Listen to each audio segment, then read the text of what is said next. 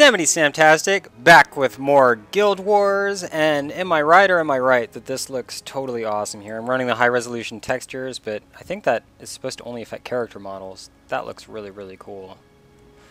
And yeah, we're back with more Guild Wars. I think I just said that. It's been a little while since I've done any videos. I've had sort of an emotional roller coaster of a week, and I just haven't had the motivation to create content. So I'm trying to get back on that, and yeah, I'm a little bit excited. Next weekend we'll be able to explore Raptor in the new Tyria 250 years from now. But if you are not going to be playing in the Guild Wars 2 beta, you'll still have Winter's Day in July, and Winter's Day in July means holiday drops, and what better way to get holiday drops than to farm Raptors? And since they nerfed By-Url's Hammer, you can't really do it with the Warrior Necro anymore. But I'm learning it's kind of annoying to do it with the Dervish, but the Dervish is currently the most overpowered class in the game, and so there is a Dervish Raptor farm build.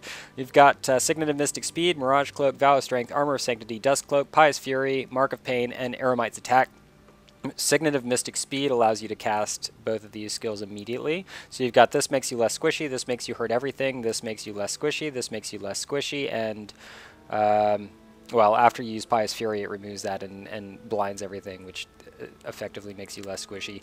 Mark of Pain allows you to do damage to everything, and you're going to need to have that on 2 separate Raptors, and then Eremite's Attack makes you do damage to everything. We've also got a hero joining us, Haida in this case, and all of her skills are disabled, you may see. So you just hold down Shift and click those to disable the skills. And we've got Vocal with Sogalon, Fall Back, Enduring Harmony, Incoming, Make Haste, Can't Touch This, Stand Your Ground, and Blade Turn Refrain. And the first few of these, this makes Shouts and Chants last longer on people that she uses them on. This makes Shouts and Chants last longer on the person with Enduring Harmony on them, which is going to be you. You use F to target yourself. That's very, very, very important. This makes you run faster. This makes you run faster. This makes you run faster. This keeps Wreck Off Broodmother from hitting you with her powerful touch skill. And these two just make you less squishy.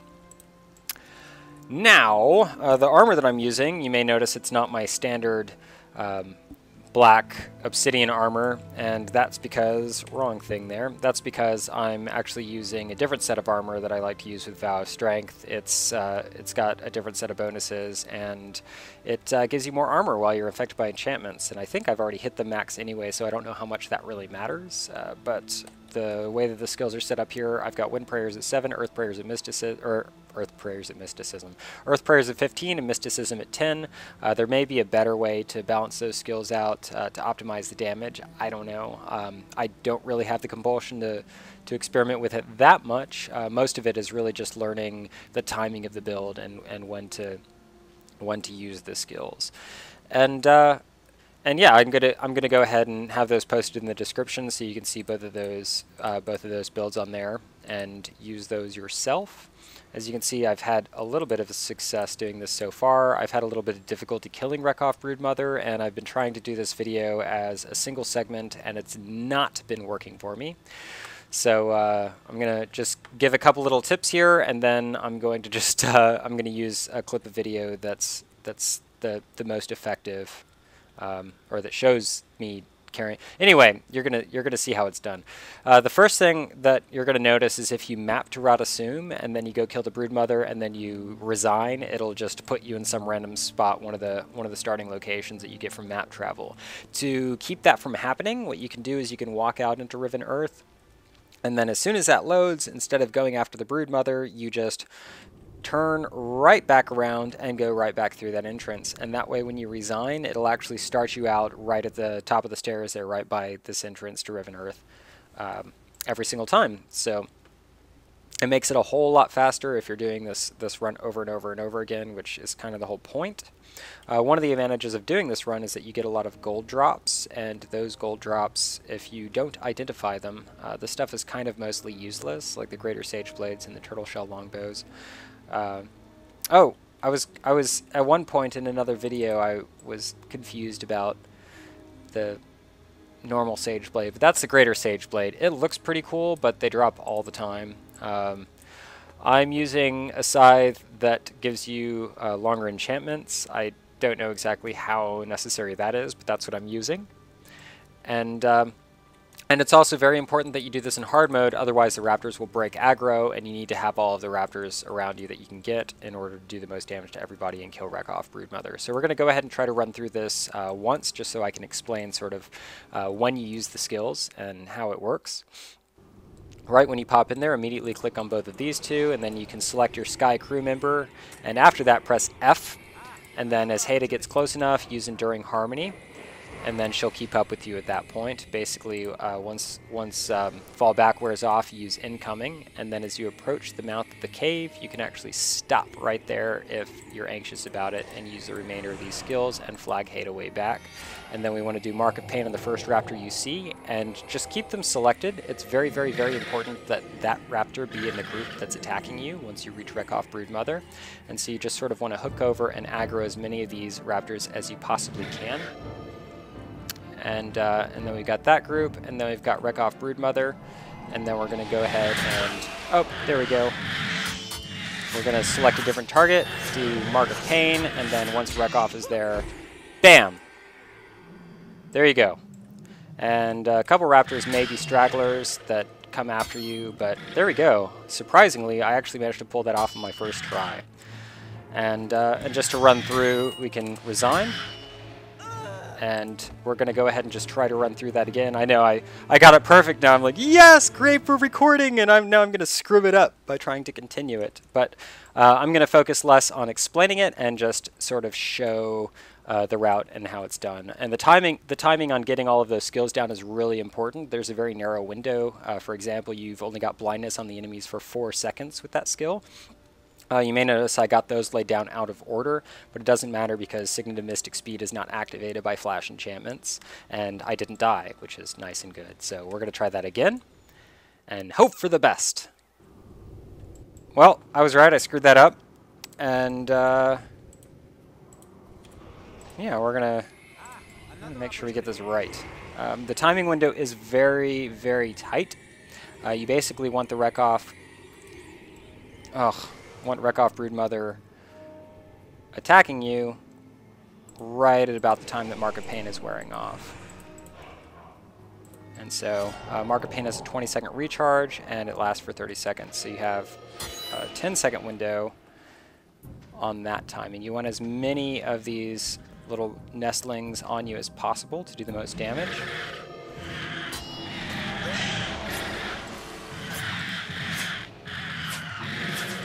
And we're going to get Mark of Pain, and BAM! And I think, did the Broodmother die? Yes, she died. So there we go. That's that again. Again, we have two nestlings still on us. So not always perfect, but I did manage to get all the drops. It's going to be a little bit wackier. I guess if you use like Mending Refrain, not Mending Refrain, if you use your other run skills, whatever they are that Haida's got on you, you can actually run in there and grab the drops again if most of the enemies are dead, because the raptors just won't keep up with you as well. And you can just go grab your loot. So say if a black die falls on the ground, you get black die all the time from doing this farm.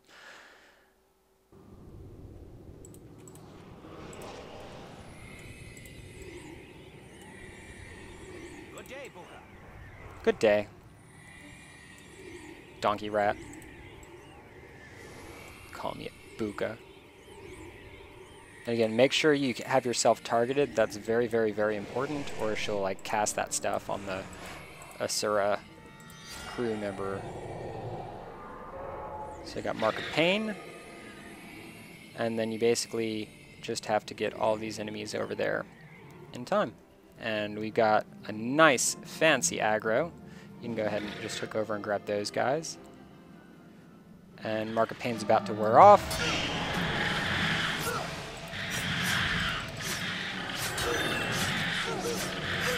And I think I got that disrupted. Ermite's attack was disrupted. That was the problem. Aha! Disrupting Stab is bad. Or maybe was it her touch skill? So, there you go. That's some insight for you. Ermite's attack needs to not be interrupted. So, again, I think that's another timing window thing, because the Disrupting Stab, it's a lot of enemies. If you get all of them on you, it's 34 enemies in total. And so it's a lot of attack skills that you need to have not affecting you.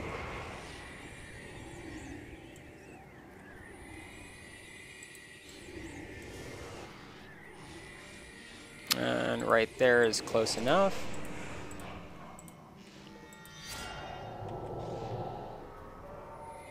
And the reason that you flag Haida back is because she'll actually affect the aggro, as well as, I think that's how we want to do it, is stay to the left of that pillar, or stay to the right of that pillar. Oh. Well, we'll see what happens.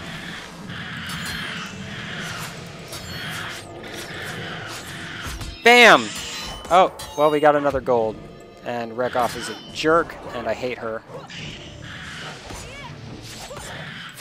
Die, Rekoff! Die! Die! That's pretty close. And yeah, the Raptors don't always cooperate, so just deal with it. You're gonna be experiencing failure. Well, the difficulty in this run, I think, is getting the timing, or the understanding the behavior of the Raptors. And it's been a long time since I've actually done this farm regularly, and it takes a little bit of time to learn how to manipulate that behavior.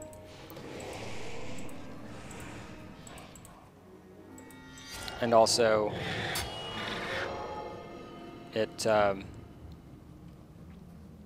yeah, sometimes they just behave in a way where there's no way for you to defeat the Broodmother.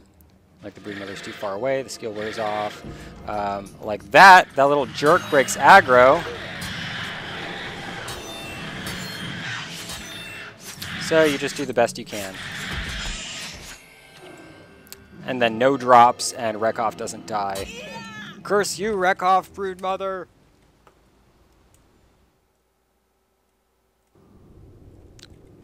I probably need a brick. I'm getting a little bit frustrated. The Raptor behavior is sometimes very unpredictable, and it can be really annoying. And I guess when I start getting angry with the game, then I try to stop playing because it means you're doing it wrong. But the timing and the movement is very, very important. And sometimes they just act weird like that. I don't know what that was about. And you need to keep that aggro on that jerk that keeps trying to run away. Come on, and then Rekoff is way too far away.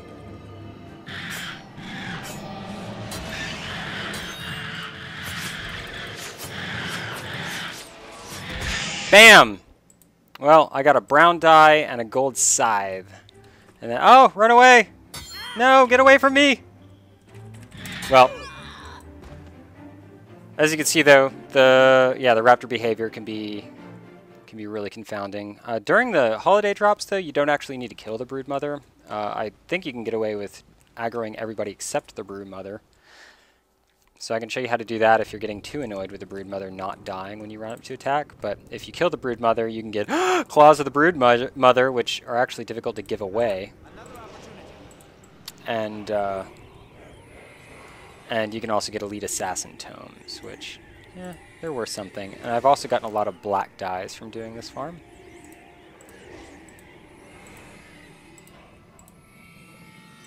Try to get the timing on that just right. And I'm going to... we want to do this right, don't we? So I'm going to go ahead and... I guess we'll test it out, aggroing only these groups. I think you can get away with that. And you don't even have to get your second Mark of Pain if you're only doing those. That's only important for killing Rekoff Broodmother. So that was a good chunk of enemies. We just got 20 enemies. And if you want to do it that way, that's another way to do it. If actually killing the Broodmother is too frustrating or you find it too difficult.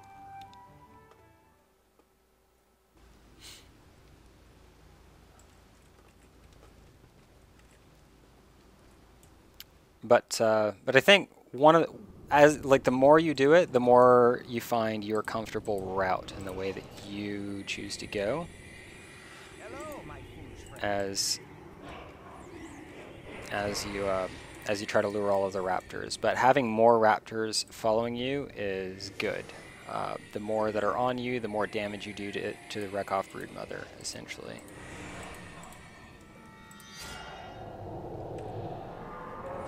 Hey, what do you think you're doing? And having that group way over there is annoying at best. Come on.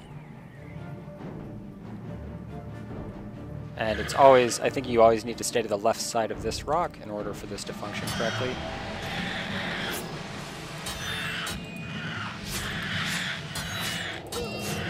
And bam!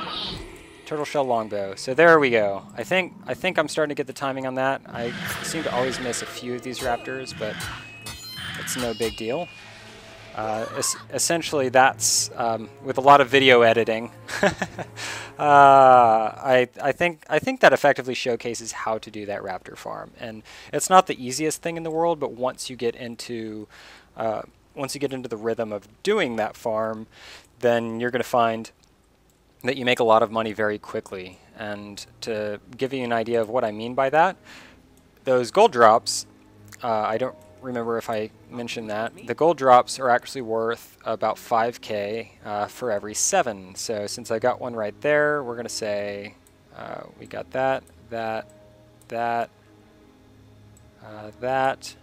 And none of the ones that you get from raptor farming are worth a particularly large amount, since everybody has them.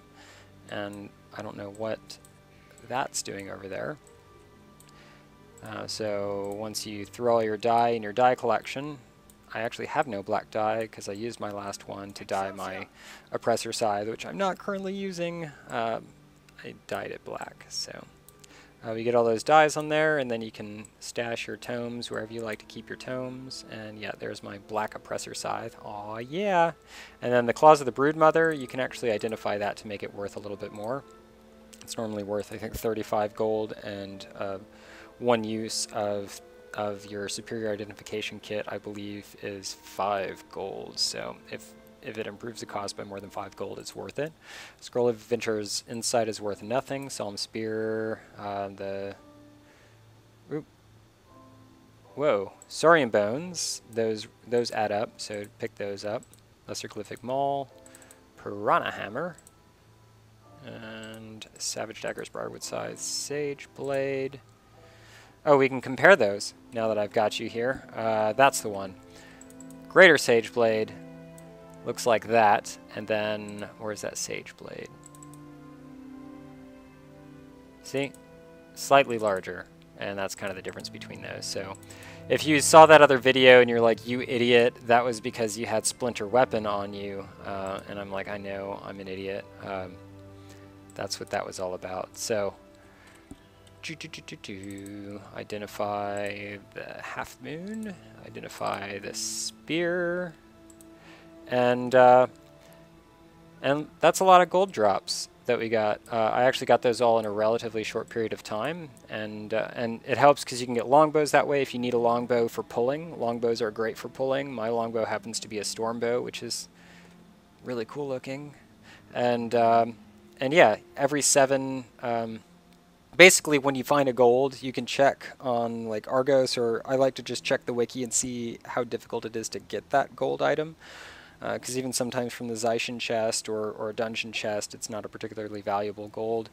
But even if it is kind of rare, if it's not requirement 9, a lot of times you're going to have a lot of difficulty selling it, or people just won't want it. And so I've got a lot of interesting stuff here. There's a Zealous Scythe that I'm carrying around. Oh yeah, I'm also carrying this around, no big deal. I got a Voltaic Spear. It's requirement 10, but that's still worth like 35 ectos or something like that. So let's head on outside and check that one out. I'll deposit that because I like to deposit my money in groups of 5. But yes, every 7 of those golds is worth 5k. And so doing this run, you'll get black dyes, you'll get, it's actually really kind of a big deal, but you'll get Underworld and Fissure of Woe scrolls, which you can sell for a pretty penny now that we've run out of favor. But doesn't that look awesome? I think that was dyed silver.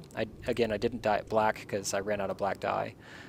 But I actually think it looks cooler in silver than it does in black. But that's a Voltaic Spear, and they're awesome. I had actually really wanted a Voltaic Spear, and I got a really good deal on this one, so I snatched that up. And I don't know if I'll be reselling it. I probably will, but I wanted to definitely show it in a video first. And next weekend, so get this build going on so that next weekend you can farm your holiday drops here and make all of that money that you need in order to finish maxing out your Hall of Monuments. Because I think this is like my first really big like farming video that I've done. I mean, I know I've got like the how to farm yourself some oppressor weapons, but that's just kind of the way that I did it to enjoy the game, while still doing practical things. But yeah, the Raptor farm I did for a long time. It can help you max out that Asura title pretty quickly, and it also helps get you a lot of money pretty quickly. So there you have it. I hope this helps you, and if it does, go ahead and subscribe to my channel because I want to make more things that help you, and I like subscribers. Go ahead and click like on the video because I really like likes on my video, and yeah, you will see me later. Da-na-na-na-na. I like those cat ears. They're funny.